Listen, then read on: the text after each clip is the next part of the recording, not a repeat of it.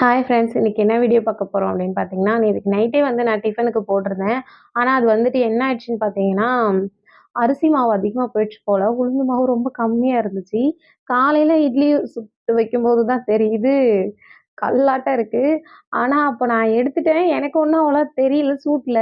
ஆனா, இவங்கலாம் சாப்பிடும்போது ரொம்பவே இட்லி கல்லு மாரி ஆயிடுச்சு. தம்பி, பாப்பாலாம் ஒண்ணு ஒண்ணு தான் சாப்பிட்டாங்க. அவர்லாம் 2 இட்லி மட்டும் சாப்பிட்டு போயிட்டாங்க. அப்புறம் தான் நான் சாப்பிடும்போது தான் தெரிஞ்சுச்சு ரொம்பவே கல்லாட்டம் இருக்கு அப்படின்னு சொல்லிட்டு. அதுக்கப்புறம் பார்த்தீங்கன்னா, நான் வந்துட்டு உளுந்து ஊற வச்சேன். உளுந்து ஊற வச்சுட்டு, சரி அரைச்சு கொஞ்சம் உளுந்து மாவு போட்டோம் அப்படின்னா, திரும்பவும் உளுந்து ஊற வச்சு அரைச்சு கொஞ்சம் உளுந்து மாவு போட்டோம்னா, ஓரளவுக்கு கொஞ்சம் புளிச்சு வந்ததுக்கப்புறம் நல்லாருக்கும் இட்லி. சாஃப்ட்டாவே ஆயிடும். அதனால சரின்னு சொல்லிட்டு உளுந்து ஊற வச்சு நான் வந்து மாவு அரைக்க ஆரம்பிச்சுட்டேன்.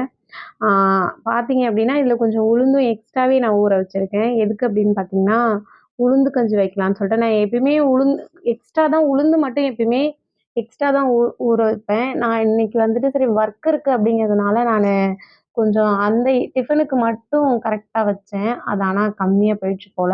ஏன் எக்ஸ்ட்ரா ஊற வைப்பேன்னா, அது கொஞ்சம் மாவு எடுத்து வடையும் சுடுவேன். இல்லன்னா இந்த மாரி கஞ்சி வைப்பேன்.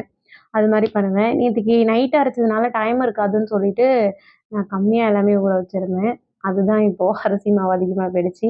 அதுக்கப்புறம் பார்த்தீங்கன்னா, உளுந்து மாவு அரைச்சு டிஃபன் மாவுலயும், இட்லி மாவுலயும் கலந்துட்டேன். அதுக்கப்புறம் பார்த்தீங்கன்னா, உளுந்து கஞ்சி வச்சுட்டேன். நான் வந்து எப்பயுமே ஜவ்வரிசி போட்டு தான் உளுந்து கஞ்சி வைப்பேன். சின்ன ஜவ்வரிசி இல்லங்கிறதுனால பெரிய ஜவ்வரிசி தான் போட்டேன். அது ஒரு 3/4 பதம் வந்ததுக்கப்புறம் நம்ம பார்த்தீங்கன்னா, அ உளுந்து மாவ கரைச்சி ஊத்திட்டு, அதுக்கப்புறம் நல்லா பொங்கி வந்ததுக்கப்புறம் நம்ம வந்து தேங்காய், ஏலக்காய் இதெல்லாம் திருகி போட்டுட்டு, அதுக்கப்புறம் வந்துட்டு நம்ம சர்க்கரை வேணுங்கிற அளவுக்கு போட்டு செஞ்சுட்டோம்னா ரொம்பவே சூப்பரா இருக்கும். நீங்கலாம் உளுந்து கஞ்சி எப்படி வைப்பீங்கங்கிறதையும் எனக்கு கமெண்ட்ல சொல்லுங்க. அதுக்கப்புறம் நாங்க உளுந்து கஞ்சி வச்சுட்டு, ஓகே டேஸ்ட் பண்ணலான்னு பார்த்தா, எப்பயுமே நமக்கு வந்து உளுந்து கஞ்சி மட்டும் ரொம்பவே சூடா இருக்கும். அது ஆறுறதுக்குமே ரொம்ப லேட்டா தான் ஆகும். நான் ஊதி ஊதி டேஸ்ட் பார்க்கணும். எனக்கு உளுந்து கஞ்சி ரொம்ப பிடிக்கும். வீட்லயும் எல்லாருக்குமே தம்பிய தவிர மத்த எல்லாருக்குமே ரொம்ப பிடிக்கும் உளுந்து கஞ்சி. அதனால தான் நான் எப்பவுமே அடிக்கடி வைப்பேன். எனக்கு ரொம்பவும் பிடிக்கும். ஊதி ஊதிட்டு நான் சாப்பிட்டேன். நல்லா இருந்துச்சு. சின்ன ஜவ்வரிசி போட்டிருந்தப்போ கூட அந்த அளவுக்கு டேஸ்ட் இல்ல. பெரிய ஜவ்வரிசி நல்லா இருந்துச்சு. ஏன்னா, அந்த ஜவ்வரிசி வந்து நமக்கு நாக்குல, வாயிலலாம் படும்போது ரொம்பவே சூப்பரா இருந்துச்சு. நீங்கலாம் எப்படி உளுந்து கஞ்சி பண்ணுவீங்கங்கிறது எனக்கு கமெண்ட் பண்ணுங்க. ஓகே ஃப்ரெண்ட்ஸ், என் வீடியோ எல்லாம் உங்களுக்கு புடிச்சிருந்துச்சு அப்படின்னா, அ சப்ஸ்கிரைப் பண்ணுங்க, லைக் பண்ணுங்க, ஷேர் பண்ணுங்க, கமெண்ட் பண்ணுங்க.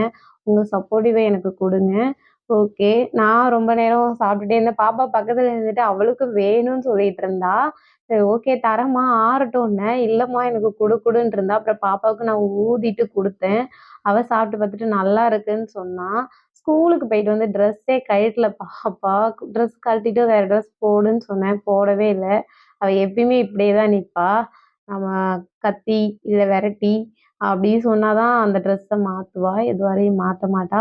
ரொம்பவே சூப்பரா இருந்துச்சு. Okay friends bye. எல்லாருமே வந்துட்டு நீங்களும் இது மாரிலாம் பண்ணுவீங்க. இல்ல இட்லி வந்து நம்ம வீட்ல கல்லாட்டம் ஆயிடுச்சுன்னா, நீங்க என்ன பண்ணுவீங்கங்கிறதையும் எனக்கு கமெண்ட் பண்ணுங்க. பாய்.